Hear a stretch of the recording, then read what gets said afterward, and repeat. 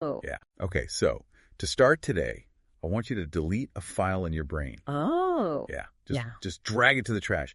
And that file is labeled Veganism is a Diet. Because if there's one thing I took away from the stack of documents we're covering today, is that we have all, and I mean like collectively, almost everyone gotten the definition completely wrong. It is a pretty radical shift in perspective, isn't it? We usually think of veganism as, a list of ingredients. No meat, no dairy, check the label for honey. It's a series of restrictions. Yeah, we see it as a menu choice. But the source material we're diving into today, it basically says, no, put down the menu. We're looking at the original writings of Leslie Cross. Right. He was the vice president of the Vegan Society back in the early 1950s. And he frames this whole concept not as a lifestyle, but as a doctrine of emancipation. And that word emancipation is doing a lot of heavy lifting there. It really is. And we're going to look at a very specific historical conflict today. We have the original definition from 1951, and then we have let's call it the rewrite that happened in 1979. And the argument in these texts is that the 1979 rewrite didn't just change the words, it actually kind of broke the concept. It's a bold claim, but when you look at Cross's original texts, you see a logic that is, it's incredibly precise. He wasn't interested in welfare. No. He wasn't interested in bigger cages or, humane slaughter. He was interested in freedom. So let's get into the time machine. 1951, Leslie Cross puts pen to paper to define what veganism actually is. And he doesn't use words like plant-based or health. No, not at all. He writes this: the word veganism shall mean the doctrine that man should live without exploiting animals. The doctrine. It sounds almost religious, doesn't it? Or at least political. It sounds heady. You don't call a diet a doctrine. You don't have the doctrine of keto. Right. But Cross chose that word very, very carefully. The source explains that a doctrine rests on a principle. And this is the first major concept we need to nail down: the difference between a principle and a practice. I found this section really helpful because it explains why so many people get confused. The text argues that a principle is a fundamental truth you accept, like a bedrock reality. Yeah. Whereas a practice is just the stuff you do because of that truth. Exactly. So if your principle is animals are not property, that's the internal truth. The practice is just the logical result of that truth. But the problem the source identifies is that most people start with the practice. They start with, I shouldn't eat meat.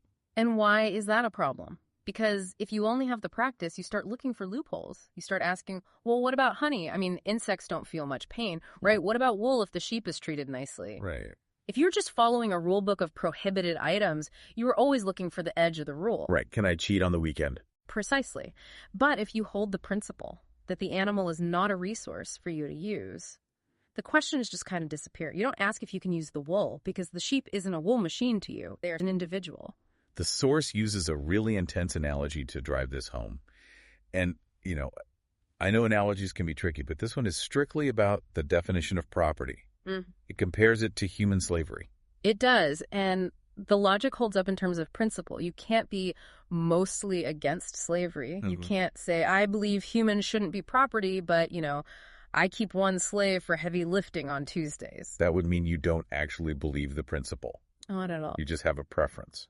Correct. A principle is absolute.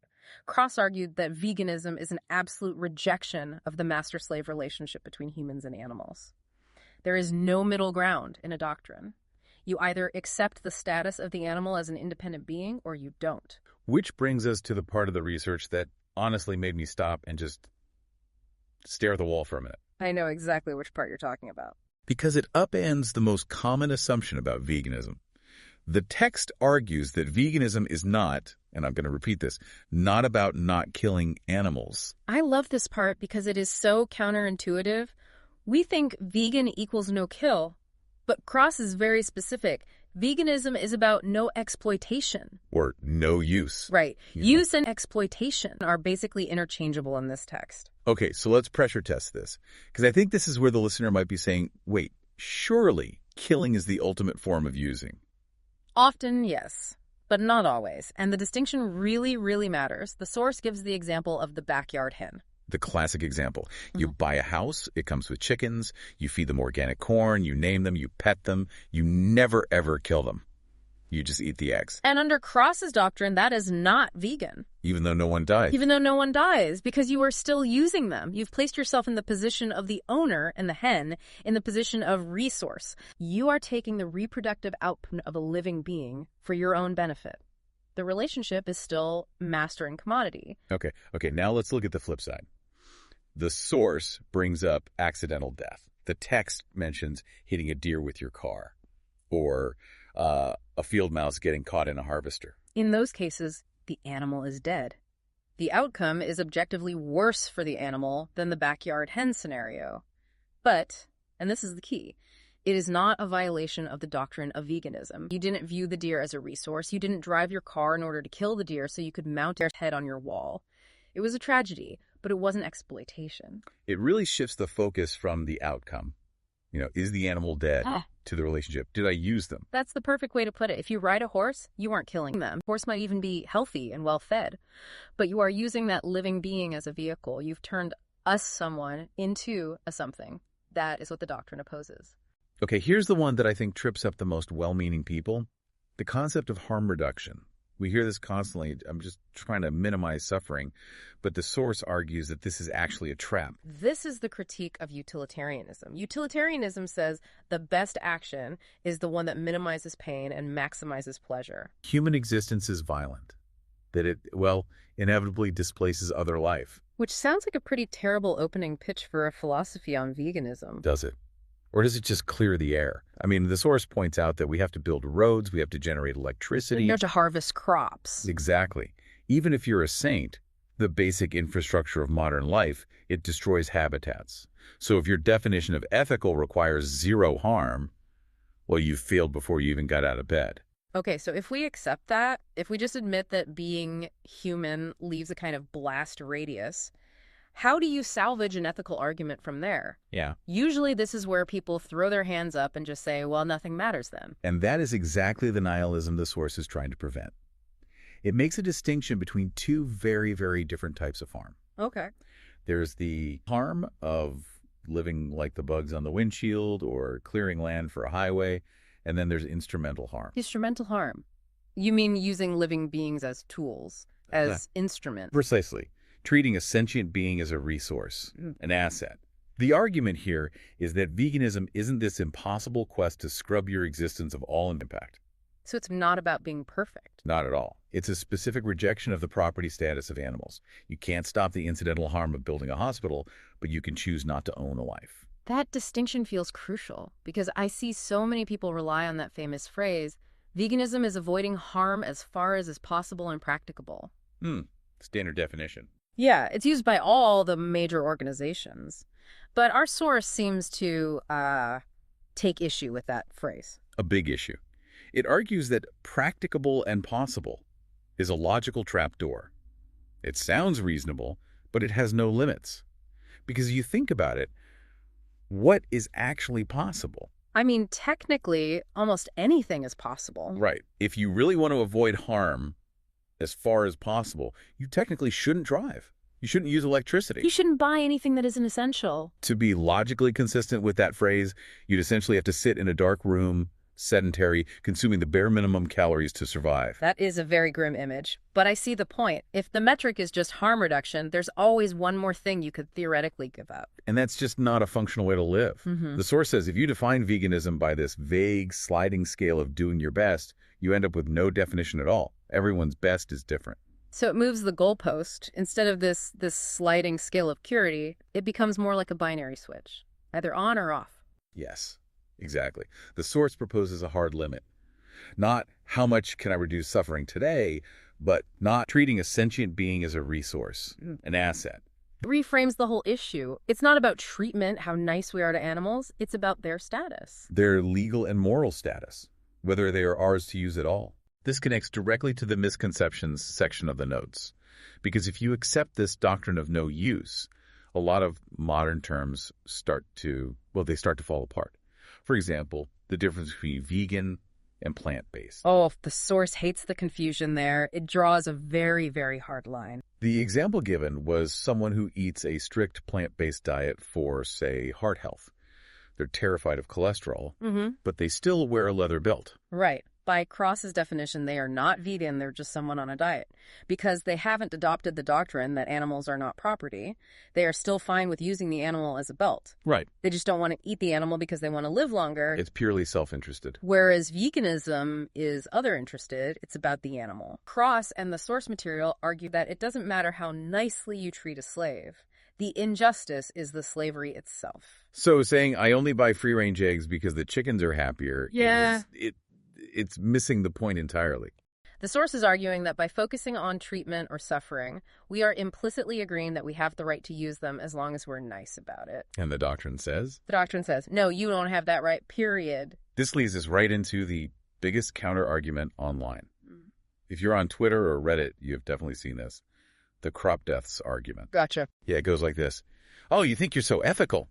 Well, combine harvesters kill mice and voles to grow your tofu, so you kill animals too. Checkmate. It's a very common attempt to level the playing field, to say, since we all cause death, my steak is no worse than your salad.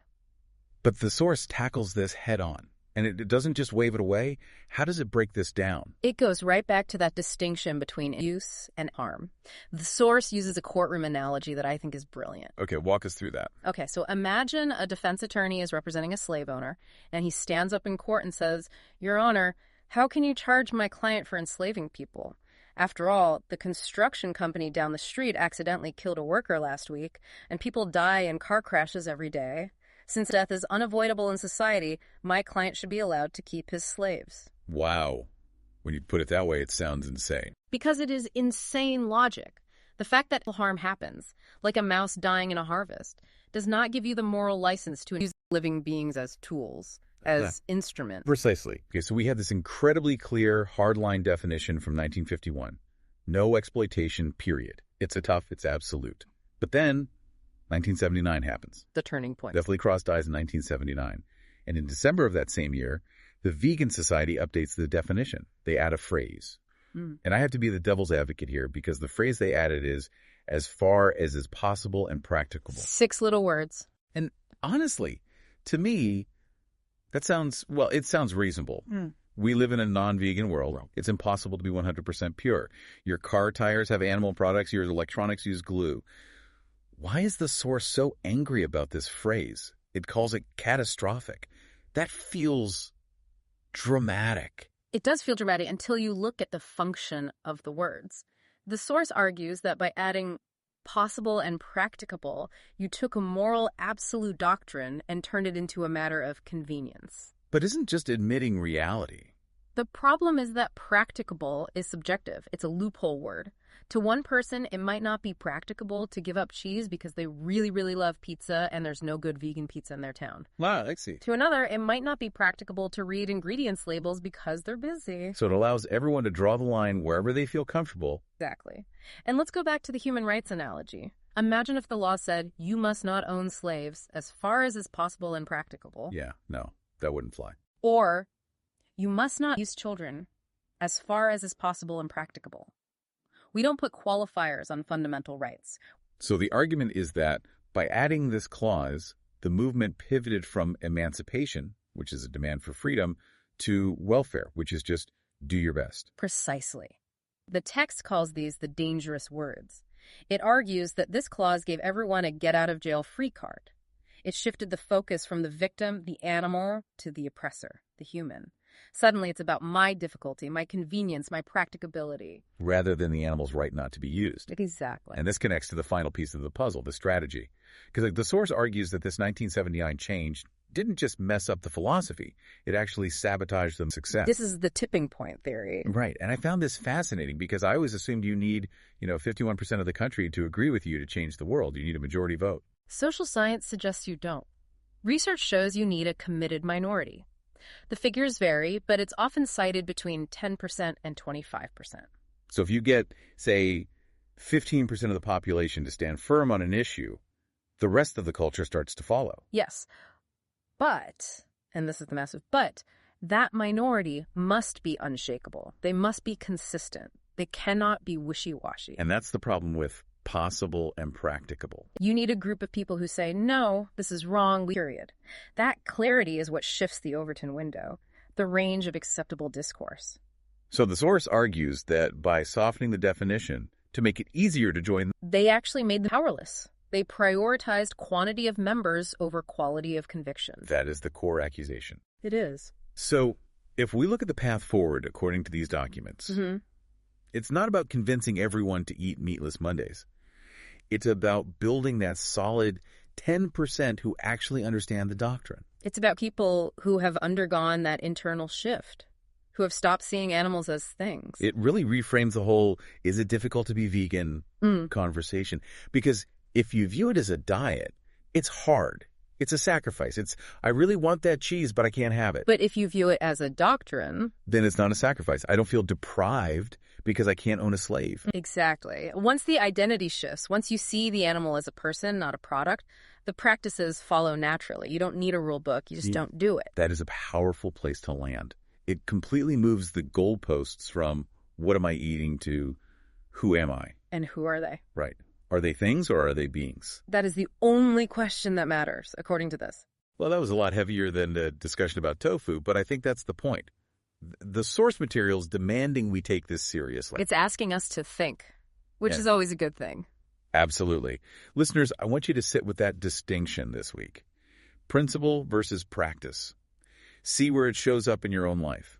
Thanks for diving deep with us. Always a pleasure. Catch you on the next one.